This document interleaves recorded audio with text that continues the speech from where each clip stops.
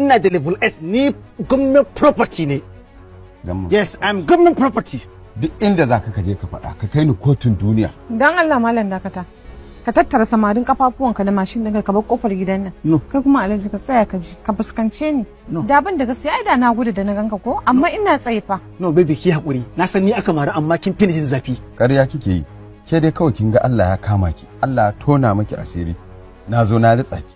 Shi yasa nake baro kasuwa in zo in gani. Wato in na aure ki ma haka zan kai ki cikin gidana ki rinka kula wa 'yan samari. Alhaji sharu za ka yi mun? No, cool your man baby. Cool your man. Ya hakuri. Ai ni ya mara amma na sai kike ji zafin. Amma da da kai jaki ne. Ka da budurwa ta gaba. Na gaba.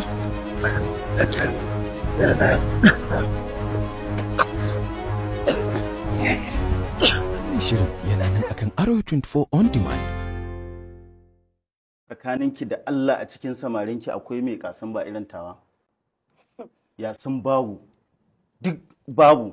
Da wannan dan sandan ne shi kuma wannan iyanan yake tarawa. Ai ni katsin ba ma ba ta burge. A kin canja ra'ayi. Kullum ma cikin haka ne. Ai ba irin a'a kun.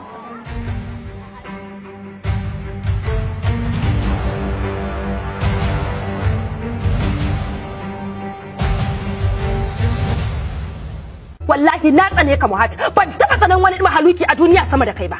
A banza ai, ya kamata ki gane cewa ki shirya zama da ni dan ni ne mijinki, ni ne mahaɗin rayuwarki. Har abada ba za ka taba zama mahaɗin rayuwata ba.